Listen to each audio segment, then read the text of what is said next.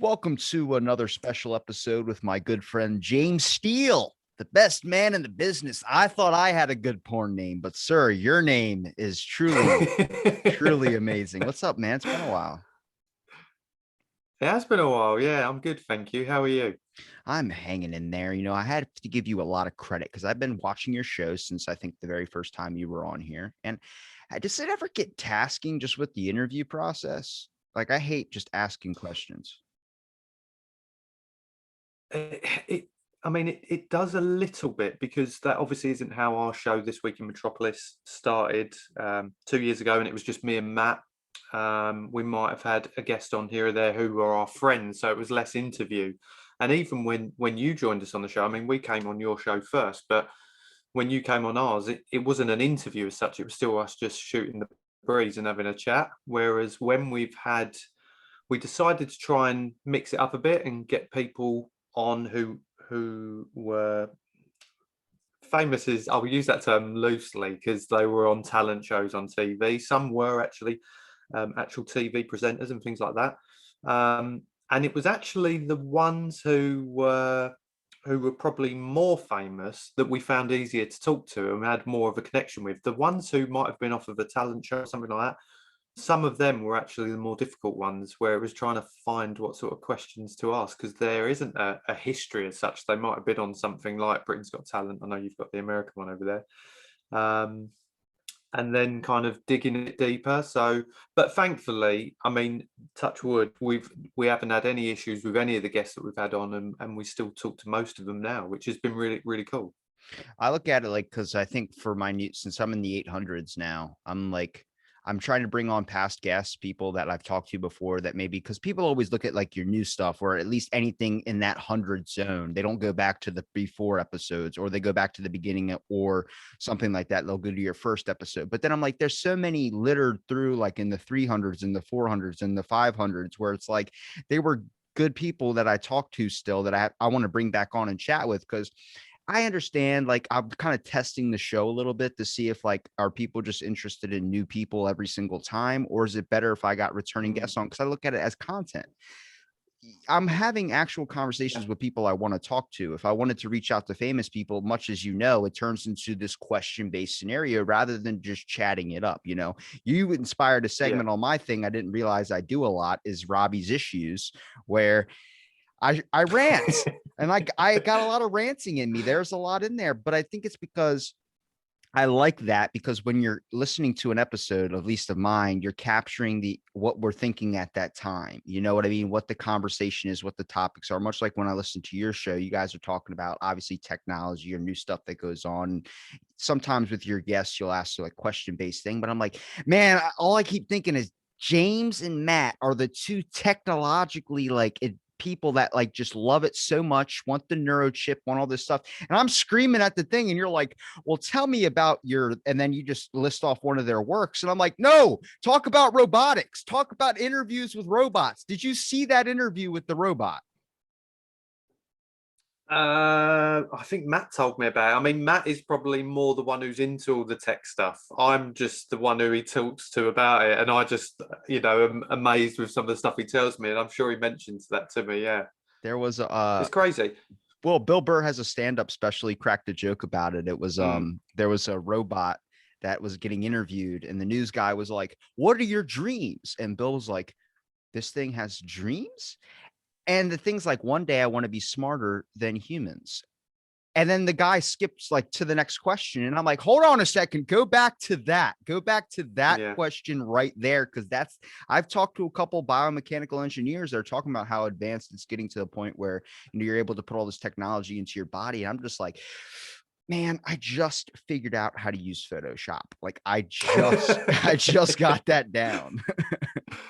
Do you know what the funny thing is? You're right, and I think even like you say with our interviews that we do, there might be subjects that me and Matt would love to talk to some of these people about, but there is an element of, especially if it's someone of a status, that you're a little bit on edge with the questions that you ask. I mean, even down to, we research all the guests that we have on to kind of get a bit of an understanding of their career and anything that we think might be worth pressing and asking questions on. But there's certain guests where there might have been a little bit of controversy in their history, and we're just like, we really don't want to push the wrong buttons and piss them off, essentially. Because one thing feedback wise that we've had from all the guests is how kind of chilled it is, how there's we listen to what the guests are saying, we ask good questions, which is credit to us, really, because we're not finding these questions from somewhere else and then throwing them at them. And yeah, it's kind of, we're building up a bit of a rapport, and what we want is for that kind of history and portfolio as such of guests that we've had on to hopefully attract other guests. But what we've found is we've now started our 7th series now, and we've started to look at the names of the people that we're trying to contact, and yeah, there are some that are well out there that realistically we've got no chance of getting. But what we're trying to do now is focus on the ones that we want, and that's why the first episode of the new series was with a guy called Patrick Hickey Jr., who is a guy who reached out to us, and straight away we looked at him and thought, this is the sort of guy that me and Matt want to talk to, not what we think the listeners want to listen to, i.e. someone off of a talent show or, off of a kids' TV show or whatever. This is the sort of person that me and Matt want to know. A bit like yourself, it's that someone who we think we could have a bit of a bond with and a bit of a rapport with and be on a level. And there's an element of a more relaxed atmosphere when we're talking to them. And I think that's, again, from taking a bit of inspiration from you and what you do, it's talking to different people, not someone just because they're famous. And I think we might have got a little bit lost in that we were thinking, oh, if we get this person, hopefully all of their following will then come and listen to the podcast, and then it'll grow to be, and you're almost trying to piggyback off the back of whoever's on your show, where I think now we've remembered why it was we started what we were doing in the first place. And that's not to say that we didn't enjoy speaking to them people, but we're certainly now looking at more unique guests that kind of me and Matt are particularly interested in, rather than someone who might have had 5 minutes of fame. It was interesting because when I was like heading into the new season and everything, and I started having you'll see I'll have a lot of old past guests back on and stuff like that, like yourself coming back on and stuff. It's because I enjoy talking to you guys. I look at it like, okay, if people are only listening to my show based on the guests that I have, then you're not really you're developing a wrong show, in my opinion, because then you think that these people are going to share it and you're going to get fame from them. And most of the time you get a one follower that unfollows you later. It's like, I want people to, if you're listening to my show, hopefully you're listening to it because you like what I say. And then maybe I'm not the smartest person. I know that for a fact, but I'm trying to understand. I'll say a lot of stuff and I'll get some of that wrong. But if anything, that enhances you to go look up what that is. I'm trying to find out what's the best form of creativity. And that's where it's interesting, where I cringe at my before episodes, like when I was on episode 50, and I'm like, it's so bad. I'm like, oh my God. But it's like, it shows like where I'm at now, where it's more of like a entertaining conversation. And so you mentioned something like not being able to kind of talk about a specific thing. Well, the best part about my platform is that you can. So I want to ask you, what is one thing that has been on your mind that you really want to talk about, or you've been getting super interested in? Oh, good question. One thing I want to talk about. Do you know what? There's so much going on in my life with regards to having 2 little kids, working from home still. There's loads of kind of stuff that involves around that. The one thing we never really talk about on the show is kind of hard hitting heavy stuff, because that's not the vibe that we want to give on our show. But, there's a lot of times that I feel like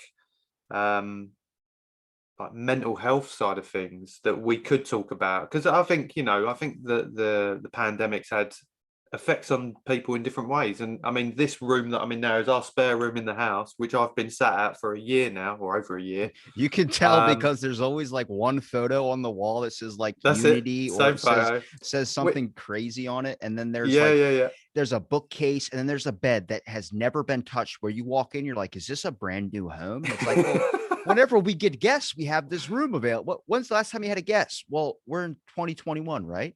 Yeah. Okay. Yeah. I think it was 1996. It's what? Exactly, exactly. And I think, that it's it's been hard for me as such because working from home, as I say, 2 young kids, who aren't at school yet, they're at nursery, but that was closed. So I had my wife here, who's a teacher, trying to work, kids shouting in the background. Some days it felt like the walls are closing in. And I think there's other people who have actually enjoyed being able to kind of be at home around the kid. Not that I haven't enjoyed being around my kids, so let's not take that in the wrong What way. a But break sometimes. yeah, yeah, definitely. And I just think, I think I've been interested quite a bit, and I've listened to quite a few podcasts that have focused on kind of mental health and kind of how to try and get through this, and I think certainly in the UK, I don't know how you guys are finding it in the States, but No certainly in the mask, bro. UK, No masks. no mask now. No, Well, I felt like I was gonna what get in shot the very first day they said no mask. Like I was walking the store and people were like, and I was like, oh my God, like I feel like I need to pull something up because people are looking at me, but at the same time, we don't have to. So I'm the guy that's like this. If you tell me to do something, I'm going to fucking not do it. But if you ask me, I'm going to do Mm, it. I am so in that like you talked about a guest that reached out to you that you had on. I yeah. will chase down someone to get them on the show. And then next thing I know, if someone goes, hey man, I created the first rocket ship. Can I come onto your show? And I'm like, no. Hmm. Just because now you're coming after Really? me. I don't like it. No, I don't like it now. I like the pursuit. I don't know. I'm emotionally Yeah. messed up. I mean, I quite like it when we do have people come to us and say, checked out your show, really enjoyed it, would love to be a guest. I find that quite rewarding from the work that we've done. So that's why that kind of appeals to me. Whereas the chase is good, especially when you get a response and they're like, yeah, sure, let's work out some dates. But going back to what you're saying about the mask, I mean, that's been another huge thing. I mean, walking around a supermarket with a mask on and they can't recognize if you're kind of being thankful to them or whatever, because, just faces, seeing faces, it's, plus it mucks up my beard. Do you know what I mean? Yeah, you got that glorious It's a thing. bummer. It's getting there. It's getting, this is like the third one of lockdown, I think. Third one of lockdown. That's a sounds like a movie scenario. Um, when we talk about like I always find it interesting because I think creativity, as much as we can probably say it seems like there's a lot of it, there is a lot of like the same stuff over and over and over again. And I think as like, creators of a show, for instance, me and you, um, producing stuff, whether it's even making a sandwich, making something creative or making something new. It's interesting to see how it crafts out. Like, do you ever try and remember the times back when you first started and you're like, what the hell are we going to turn this show into? I mean, my first episode was talking about better places to take a shit. And then it's like, now it's this whole thing where I'm like, I barely remember what, and now I'm turning it into a clothing brand. So it's like, it's Yeah, funny to you have watch got it a get, lot of merch. I feel like I'm on the like a weird path, but the path is leading to something. And that's why I love about creativity. I mean, Yeah. art, for instance. I think why creativity is like so like pushed down a little bit. And here's my little bit of a theory. So that's Robbie's theory. You can't tax or you can't find a way to be able. All right. So Bitcoin, for instance, I've just Mhm. started understanding what Bitcoin is. I had a guest come on and we talked about it and I made some predictions of some stocks to buy into and stuff like that. But I think I fully understand Bitcoin now. And now that the government is now being able to find a way to now tax you through Bitcoin and get a piece of it, because that's all they want is that the government wants a piece of whatever you're doing. They want to be able to monetize it. YouTube, same thing. They'll block a video or something. As much as they help you, they want to make sure that they can put an ad and get some ad Oh, revenue of or course, something yeah. from you. So with Bitcoin, they finally figured out how to tax it. And I'm looking at like what's one of the hardest things, because Bitcoin was this thriving kind of breaking the system, going around the system a little bit to be able to make money. So it's better for you. Now it's going to start having taxes into it to where now it's going to have to find a new avenue. And I was looking through, I was like, what in our history or our societies, either country, is one thing that is so hard to tax because it's just this massive, unexpecting kind of rapid range of movement type thing. And that's creativity. That's art. art is like this one thing where it's whether it's a painting, whether it's a song, whether it's this, they have to find ways slowly but surely to be able to tax that because they see how big it's getting. So I look at it like if you're taxing creativity and you're going to find a way to find that workaround, but then there's one dude that exceeds it, like a Brad Pitt, amazing actor, whatever you want to say. Those people, they just go, you beat the system, and then they get this upgraded thing to where they all these massive amounts of wealth now. So it's like there's so much pushing you back to make sure that you don't succeed because they need to tax you. They want you to fall into line to where you're actually going to be a better member of society. Yeah. And then you become this overwhelming, like this guy got huge. Well, put him on air, put him on the TV, put him on anything like that. He won Jeopardy.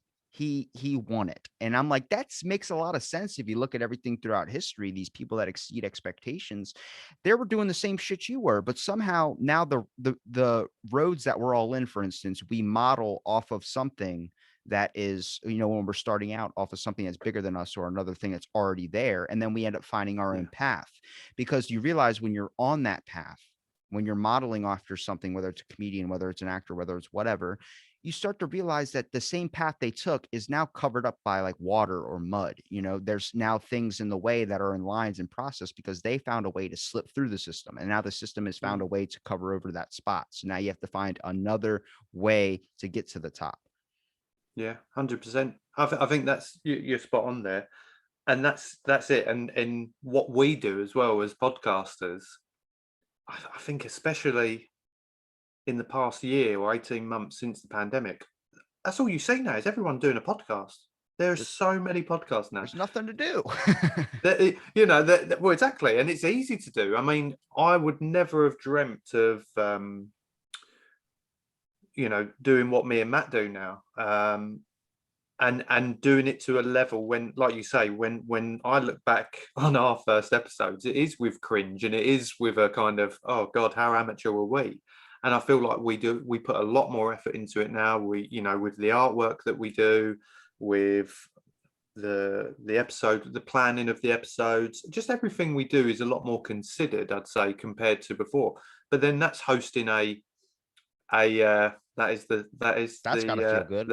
I'm wearing your jacket. Like that's an amazing accomplishment. That's something you probably would have never thought of when you were in your 20s or you were 15 years old. Exactly. And that's it. And for every one listener that we have for a show, that's an achievement in my eyes. I mean, all it takes, and I heard this once before, all it takes is for the right person to discover your video and see something in it, and then it could blow up.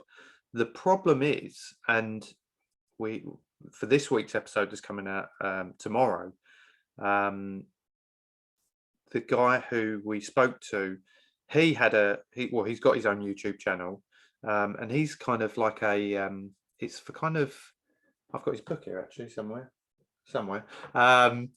He reads books and Andy Robertson, and it's to do with that's my last name. Well, there you go. You're probably related. Yeah. I'm glad your name on the credits for the book. Whenever I see somebody with the same last name as me, I'm like, oh God, we're related. It must be. That's how I'm getting guests. I come across a couple of people with the same last name as me, so I send that to them, and it's interesting because they're like, I don't think so. I'm like, you don't know. Well, this is Andy's book, so it's called Taming Gaming. I'm giving him a plug here, but it's to do with welfare. So guide your child to healthy video game habits, and I'm obviously going through that with my son, who's coming up for 5. He's loving playing on my PlayStation and so forth. PlayStation 5, there's the box, and a little plug for PlayStation there. And he was really interesting, but he started off with a family kind of gaming channel that he set up. He thought, I'll start doing this, and he was a journalist and a writer, and started doing this. And he said, I remember getting this video that all of a sudden had like 1,500 views in like 10-15 minutes, and all of a sudden the next day it was up and up. But then all of a sudden that's your bar then, and that's what you're chasing. So when the next video comes out and you don't get that many, you it's almost like a kick in the nuts. Whereas before, if you would have been at a certain level and consistently getting a certain number, you would have been quite happy with that. But I think once you hit something, you've then got to try and keep achieving to hit that. Otherwise, it You can got to feel. up And what you did before. we've had that with our show, and there's been episodes. I mean, we had Triforce Johnson on, who's a big e-gamer or esports, kind of huge, but he was one of the ones who had a little bit of controversy in his history. But his videos, that was our most watched episode on YouTube. I mean, it wasn't kind of astronomical levels, but it was still big for us. And then the next one just feels like it was a better episode, the next one, but it felt flat because it didn't get the same attention that the last one did. But I mean, that's kind of, That's just a range of popularity. That's what's interesting is you never, exactly. especially like with all the episodes I have, you got to check it. Like some of those are goodies, but they don't have as many views as someone that's more popular. That's to me wasn't a good episode.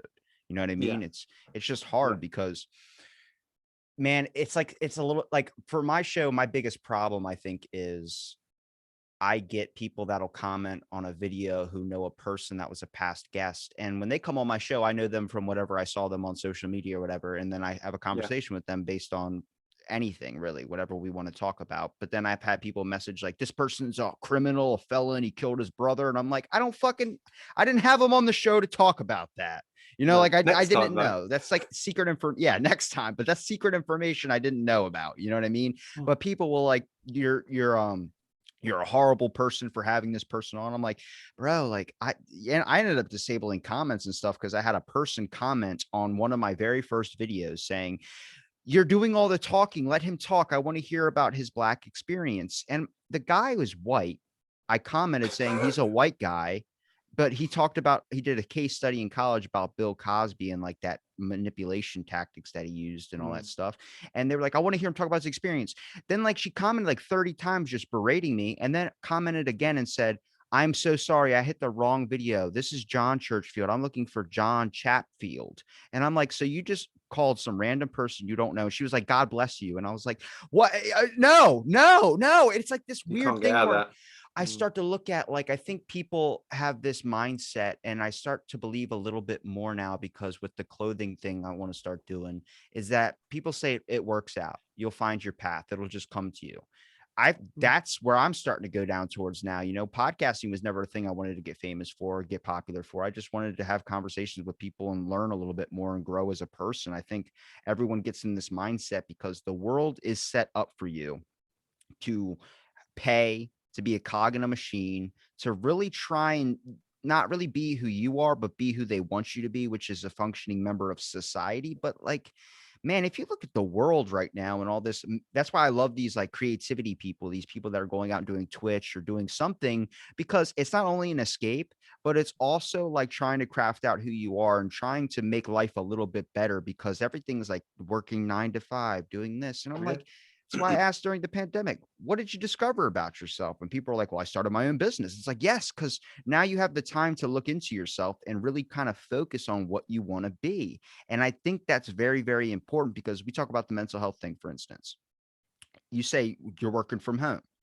Okay, so they did a case study on all these people that were working from home for like almost a year. And then they finally go back into work and they're realizing they're having more problems with people because even though all these people that were working inside of their home, about I think like 76% of these people were like, I want to go back to work. I want to go back to, I miss everything I used to do. Then they get there and after like 5 minutes, they get into arguments with their coworkers. They're like, I wish I was fucking home because they start talking to their coworkers in person, they start realizing how much work actually sucked before. It's like graduation goggles. When you leave high school, you're like, and then you think about it as you're older, you're like, I miss all those wonderful times in high school. You only remember the good shit. You don't remember Yeah. when the kid threw dog shit in your locker or when he did all Yeah. these other types of things. And it's called graduation goggles. Same thing with the work. And they're starting to try and figure out how can we get people back into a position like we were before this whole thing happened. They realized that this whole disarray of everything.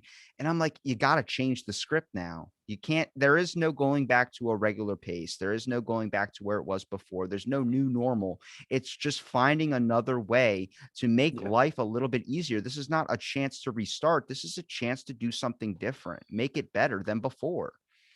Well, you're spot on, and Matt, because obviously we work together, and our colleague Corrine, we went back into the office a couple of weeks ago. Just one morning, we said let's all go in, because we can still go in if we want to, but again, it's kind of there's no one else in there, and we have to run it by kind of the higher ups. But they were fine with us going in, and we got there, and because a lot of us have taken our equipment home, our monitors and our computers and all that have taken it home.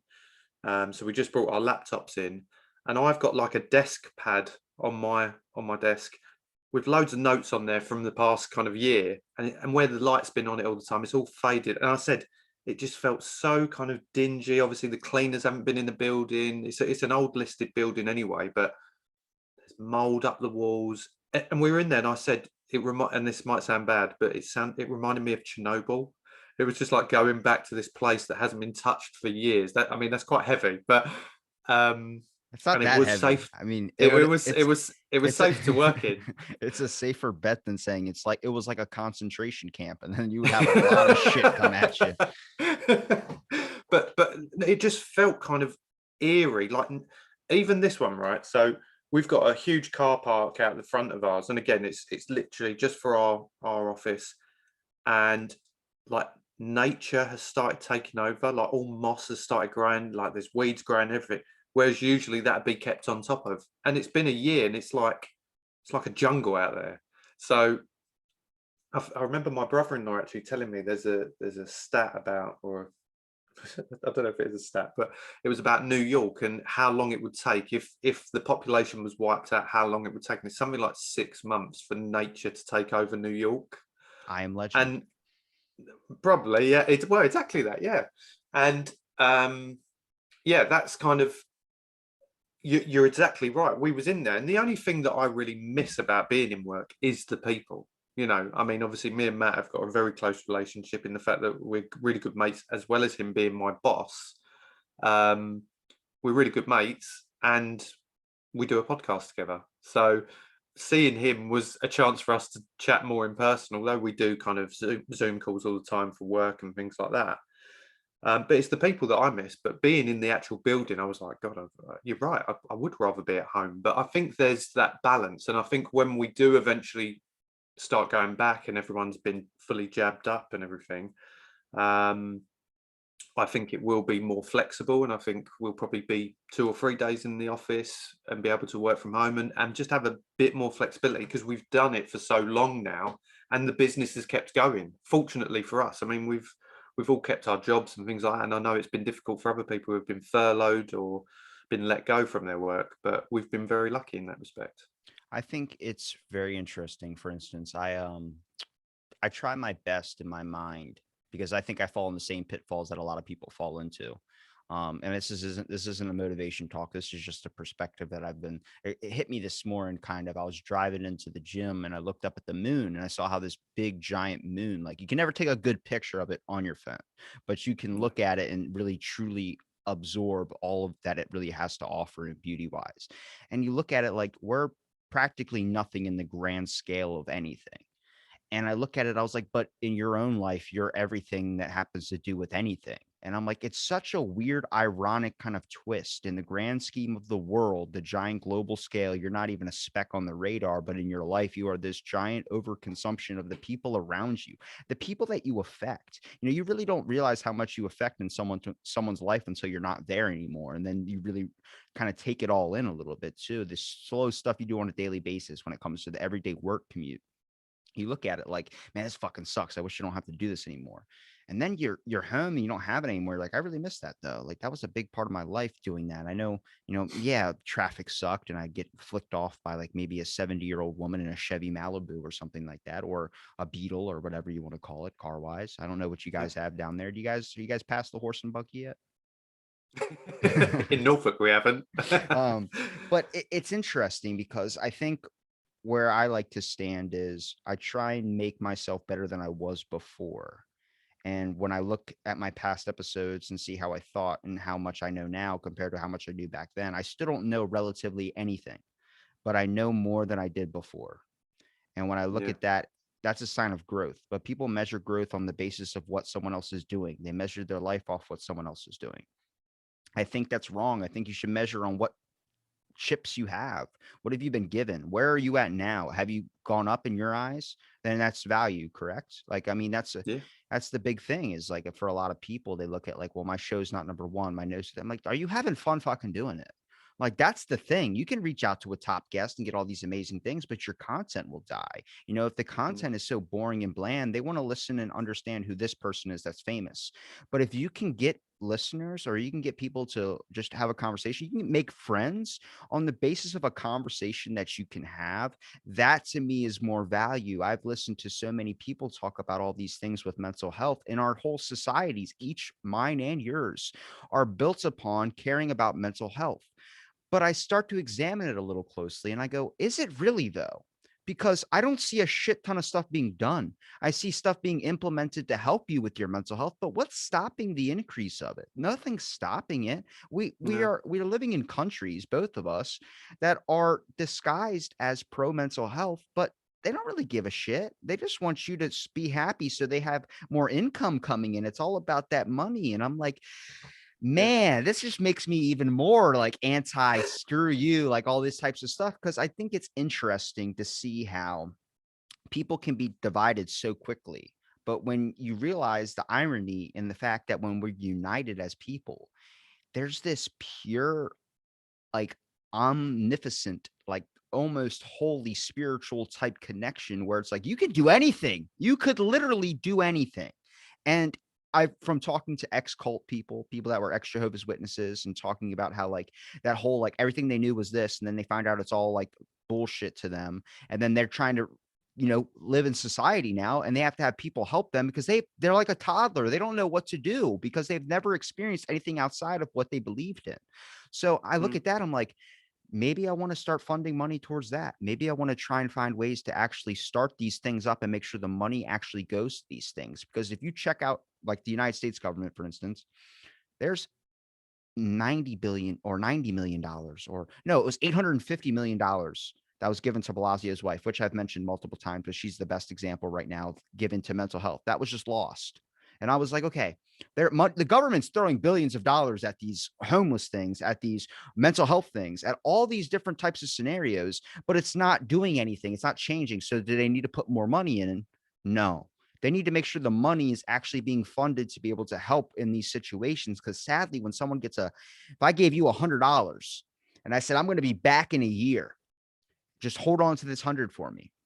Most of the people, not saying you, but most of the people are going to be like, you know, get to a point where they spend it and they'll think, oh, I'll make it back. So I'll give it back to them when they come back in a year. Then the year comes, Yeah. you're like, oh shit, I don't have the money. Yeah. Yeah. It's very, very hard because when that money gets into your hand, it's not seen as like it's seen as a standard of living now. This money is your key to the future, your key to success, because success in society is how much do you have to spend to be able to get the dreams that you want. And I'm like, Yeah. oh shit. Like I put an advertisement on Facebook for just the clothing. Now that's what I'm running right now. And I realized the more money I spend, the more reach it has. It's the best example of, and I'm like, I'm still cheap as fuck. If I want to spend a gamble, casino it, put $1,000 down on something for 4 days where I get this billions of audience reach. Or I can do the slow game. And I'm like, let's look at the slow game. It might suck because everything in society is telling you you're nothing and you need to be something right now. And you just feel so minuscule. But if you look at the grand scheme of things, I had someone message me and I was like, no, that's not possible. Her son's trying to get into podcasting. She was a past guest on my show.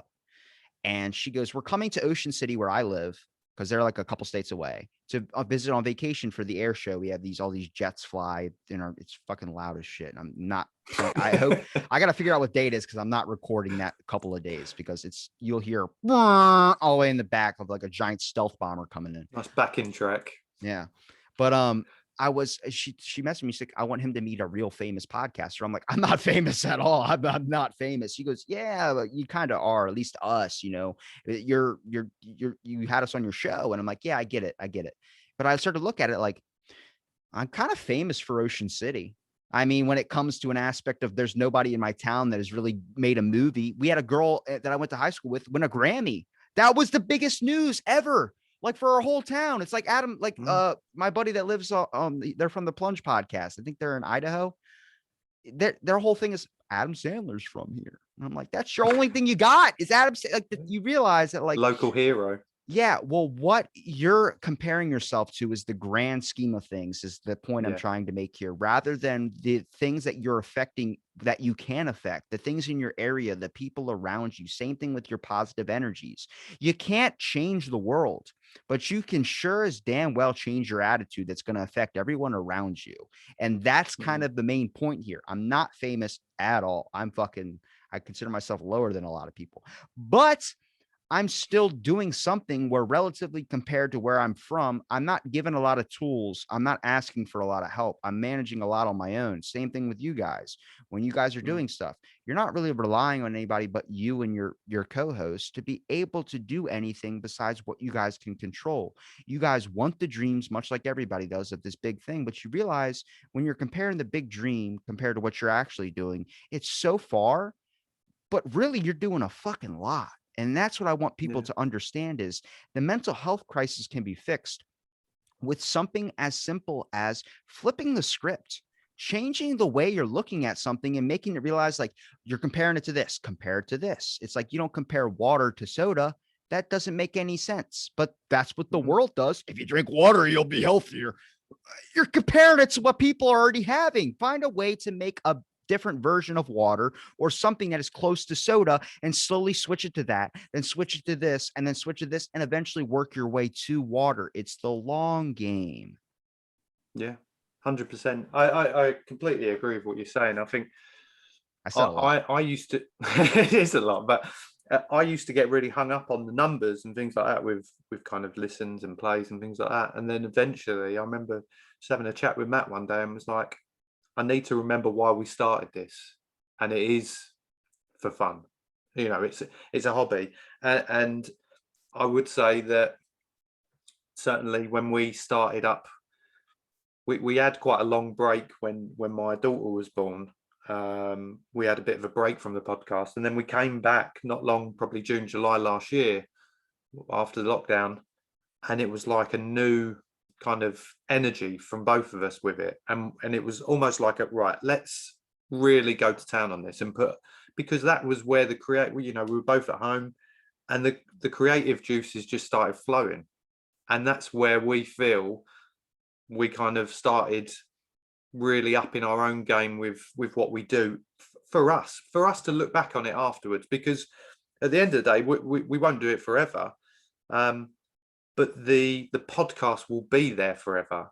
It'll be on YouTube, it'll be on Spotify, it'll be wherever it is, and the same with your work. And I always think like in 30 years, I'm 35 now, so in 30 years time when my kids are older and I might have grandkids and things like that, and they can see all this stuff, and they'll go, God, you done that? And I go, you spoke to him. You spoke Jesus to Robbie off the bat of the Christ. blank. Oh my I've God. Don't got let your kids a listen load of to his my t-shirts.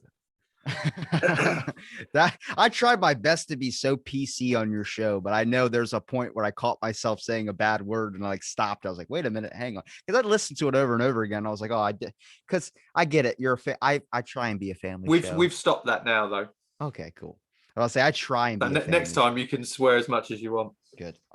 But would you agree? Because I've been thinking about this. So the best example I can give you is when I was a kid, I spent a lot of time seeing, like, I would always wear the same ACDC shirt. It was a hand me down. I would always wear hand me down clothes where I always wanted these brand new clothing.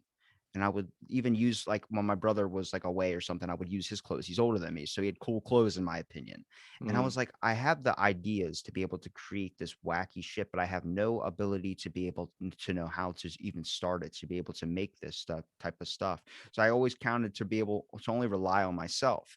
But then, for instance, with the clothing that I'm starting to make now, I would be nothing. And I think this is like this with everything. You're a construct of everything around you. As much as you want to be independent, you are a construct from your experiences, your memories, your whatever resources are valuable to you, and also the people that you meet. My cousin said it best to me when he was living with us over the summer, like I think about a year and a half ago.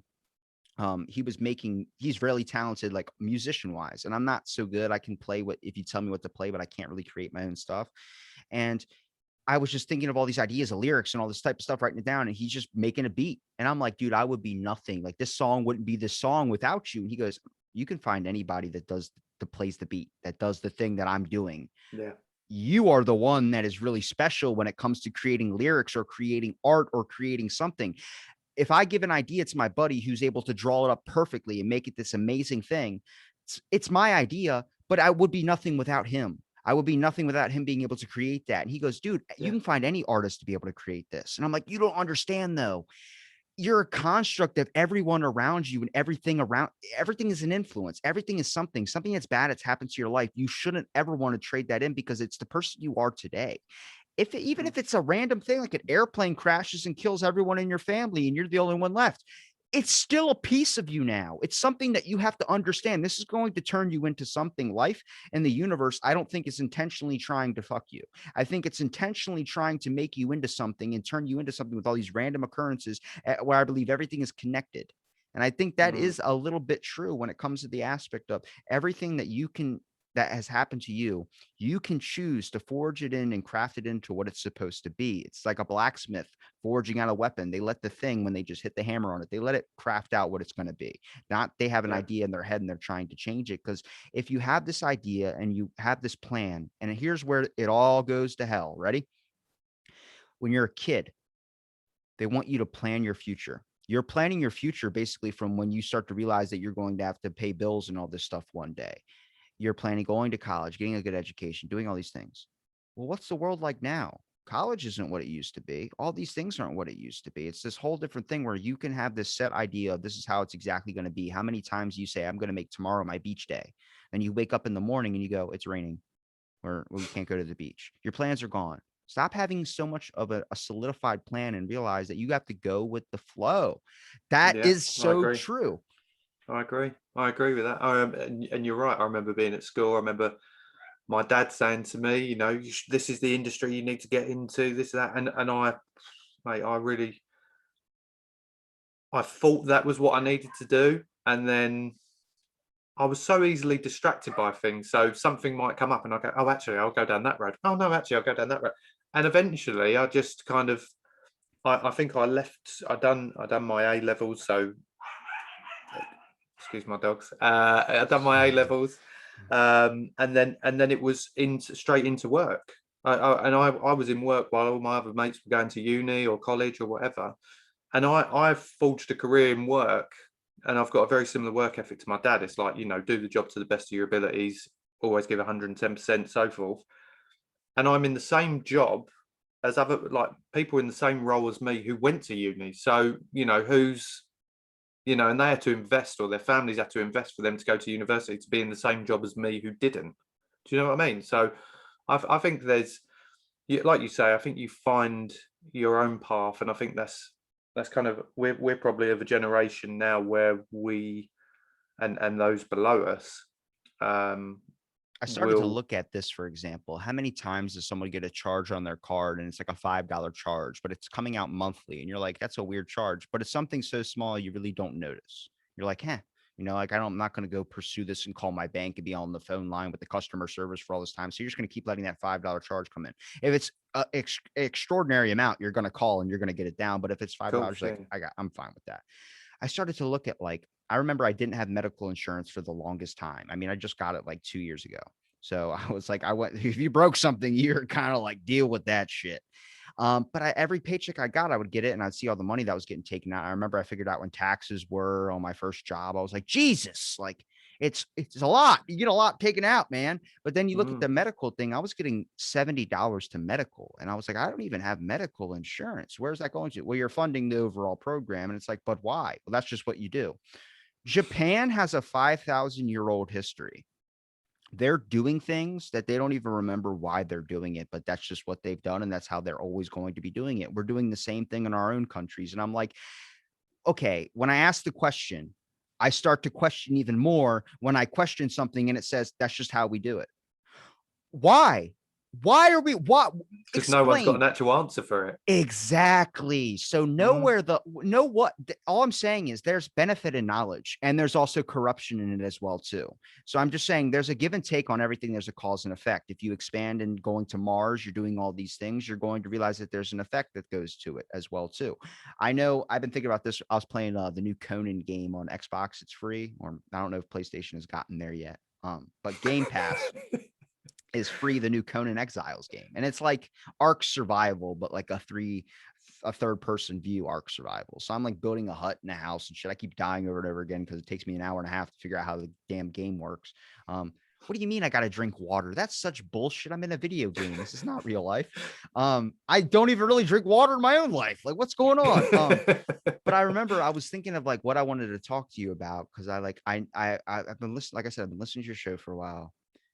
And I was sitting there and I was like, it's it's so weird how there's all these things that we just expect to work, all these things that we expect to keep doing and doing and doing, and we don't know why we're doing it. Or it starts to hit this point of like, is it okay if I ask why? Is it okay? Is it good to have this information? Because like we said, with the cause and effect, going to outer space, going to Mars, colonizing on there. I don't want to be that person that does that. I don't want mm, to leave this planet ever. I was born here. I've lived here.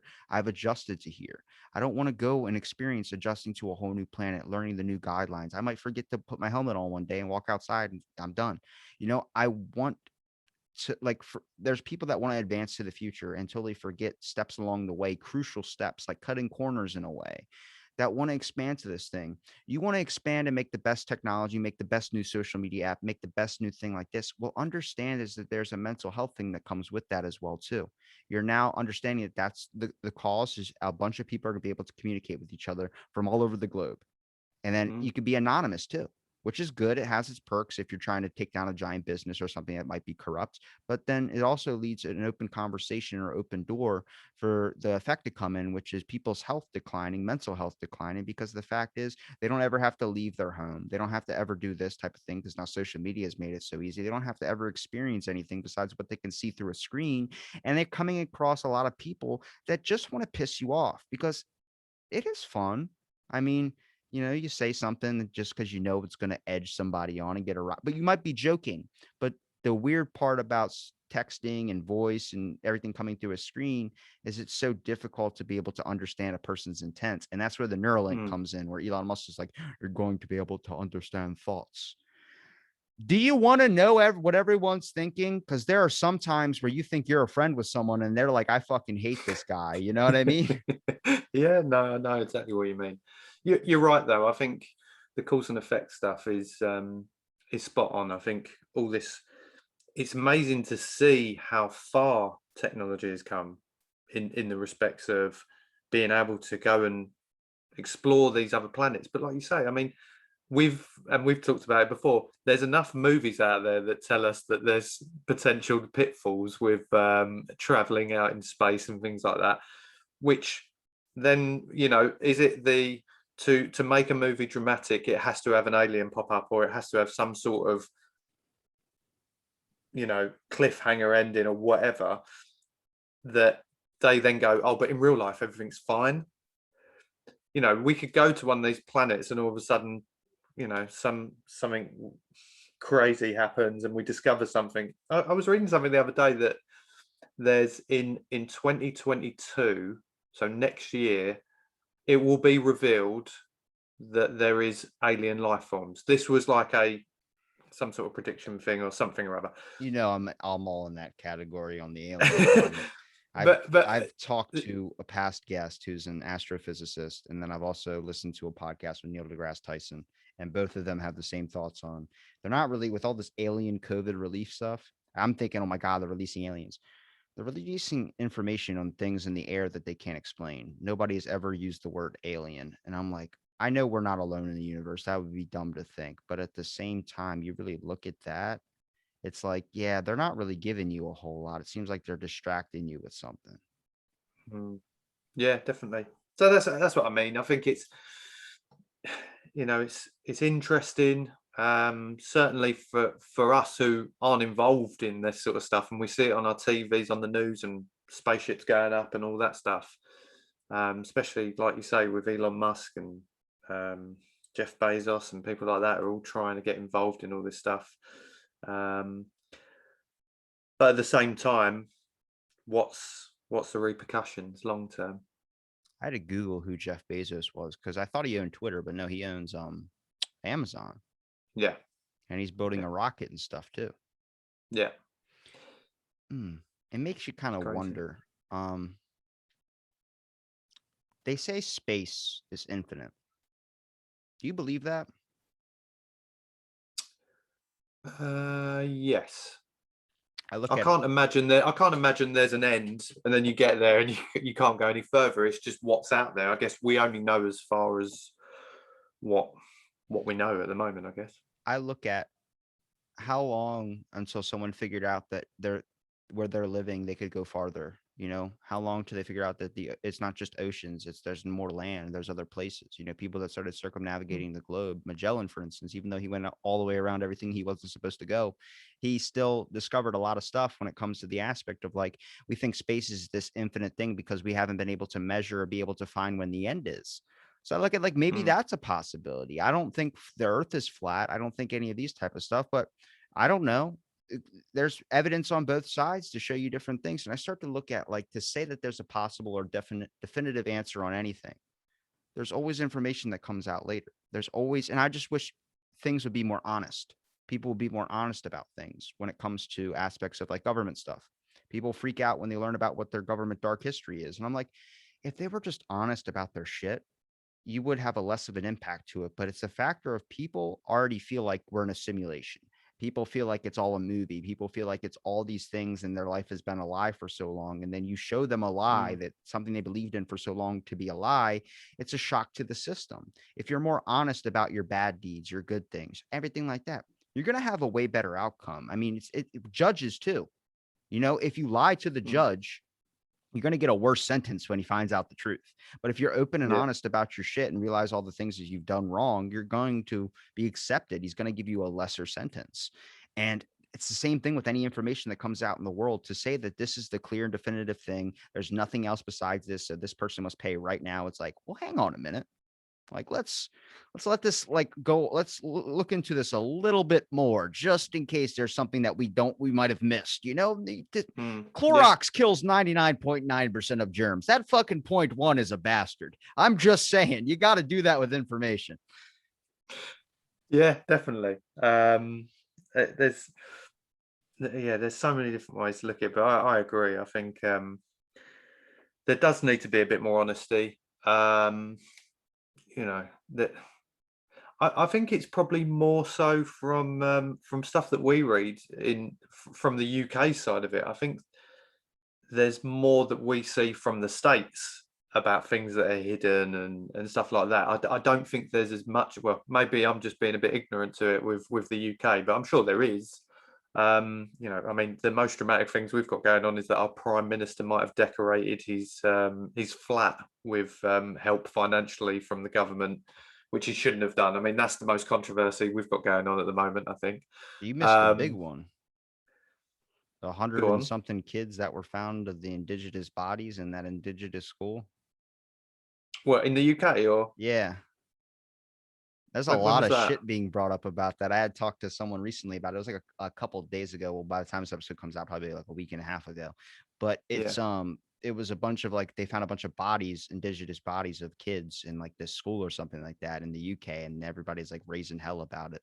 So I was like, you got to understand. But I look at that like that's horrible. But at the same time, that's a distraction for something. Somebody's doing something like that doesn't just randomly occur. That doesn't, I yeah, found a yeah, dinosaur bone. No, you fucking didn't. You had a glimpse of that there. Like, you know, it's like when you yeah, watch the movie Holes, when the kid finds the thing at the end of the day and he realizes if he finds an object, he gets the whole day off. So as soon as he comes in the morning, he just drops it right in the hole, goes, I found something. So he gets the whole day off rather than just getting 10 minutes off at the end of the last part of the day. You know, he's saving yeah, it. I look at it like that's saved for something. That means something's going on. So watch your government closely. It's like the same thing with over here. They're always doing something while the other hand's doing something else. And I'm like, people get so yeah, distracted because it's acting with emotion rather than acting with thought. And when you act yeah, that way, it's very, very hard because whenever someone dangles keys in front of you, then you jump at that thinking that's the main gift. It's like, no, there's something Mm. farther. If you stuck out a little bit longer, like if you watch that stock go and stop and you're like, maybe it's going to fall, so I might as well get my money out now. And then it jumps up. It's like, just wait for that jump. There's always that increase. Yeah, no, you're right. I've seen that actually with distraction tactics as such, where we've had stuff going on like with the royal family and stuff, where there's a big story waiting to come out. And then all of a sudden other little stories will trickle out just to kind of take your attention away from it. And that's kind of, like you say, a big Oh, way of getting people's attention. my fault. Wasn't in the UK. Found the article. It's in Canada.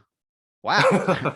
That sucks. That damn Canada. No wonder I didn't hear about it. Thought they were supposed to be nice. It says in British Columbia. I think that's where my brain went. Was like, oh my God, British.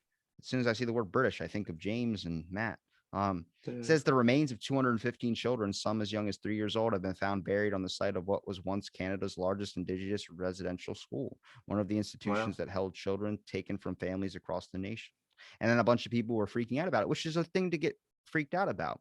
But also, if we're talking about Canada, a lot of people in Canada right now are really upset because they're in lockdown and they're really hating, and they're actually exposing their government to be totally totalitarian. Like they're breaking down sermons and religious meetings and all this stuff in lockdowns, making sure that you stay inside your thing. And a lot of people are hating it. And my buddy who's in Canada mentioned to me, he said China came over and they were going to pay a lot of money to have some of their training camps here, like have some type of training things with their soldiers here, like just to learn to survive in cold climates, because Canada has a colder climate than the States do and the UK do. And everyone was freaking the hell out to where their government was going to do it. But then they were like, all right, no, we can't. People are freaking out too much. And I'm like, that's got to be a distraction then. That article, that thing that just randomly pops up, they found all these bodies. I'm like, and the school's from 60 something years ago. I'm like, okay, hang on a second. Like, they're trying to get you off of this, I hate our government because lockdown, and get you on something else, that this is this horrible thing that happened. We got to find out who did Changing it. the scent.